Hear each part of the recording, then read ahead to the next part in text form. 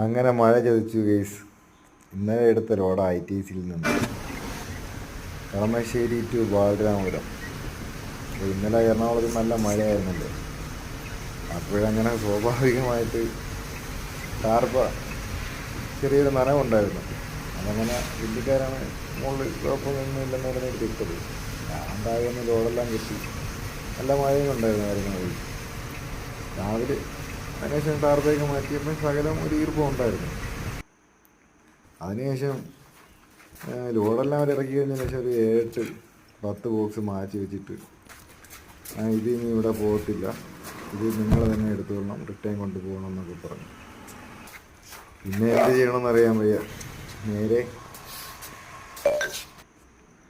Load തന്ന ആളിനെ വിളിച്ച്. അപ്പോൾ ആൾ പറഞ്ഞ് അവരുടെ അടുത്ത് സൗമ്യമായിട്ട് സംസാരിക്കണം, നമ്മൾ സ്ഥിരം എടുക്കുന്നതാണ്. അപ്പോൾ അവർ പറയുന്നത് ഈ സ്ഥിരമുള്ള പരിപാടിയാണ്, ഈ ബിങ്കോ ബോക്സൊക്കെ വരുമ്പോൾ ഇങ്ങനെ ആവുന്നത്. ഇപ്പം മുകളിൽ കയറി നിന്നാലല്ലേ നമുക്ക് ഈ ടാർപ്പം അടക്കാനെല്ലാം കഴിയും.